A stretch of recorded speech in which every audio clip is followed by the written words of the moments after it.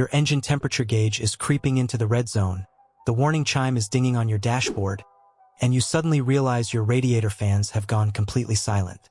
If you hook up your code reader and find the trouble code P0691, your cooling fan number 1 relay control circuit is reporting a low voltage condition. This is a generic powertrain code that applies to every vehicle sold in America since 1996, and it is a situation that can turn into a total engine meltdown if you do not act fast. Your powertrain control module is the absolute commander of your cooling system. It sits there watching the engine coolant temperature sensor every second of the day. When that temperature hits a specific limit, the computer sends a ground signal to the cooling fan relay to kick the electric motors into high gear. Under normal conditions, when the fans are supposed to be off, the voltage on that circuit should be high, usually right around 12 volts. But when the computer detects that the voltage has dropped near zero, even though it did not tell the fans to turn on, it sets this code and alerts you. The symptoms are very dangerous. Your engine will start overheating and your check engine light will be staring you in the face. Driving with this code is a huge gamble because an overheated engine can warp your cylinder heads or blow a head gasket in a matter of minutes.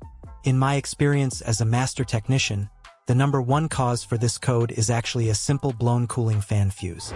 You should start your diagnosis by finding your fuse box under the hood, pulling the fan fuse, and looking at the metal bridge inside.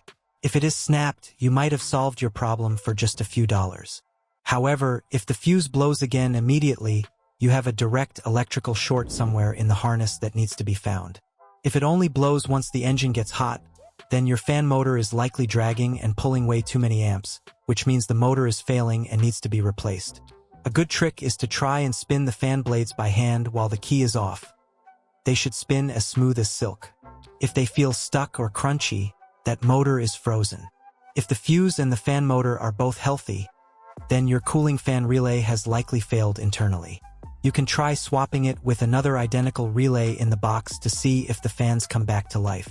If you have done all these checks and the problem is still there, you might be looking at a rare failure of the powertrain control module itself.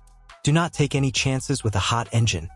If you cannot find the blown fuse or a bad relay, get your car to a professional shop immediately.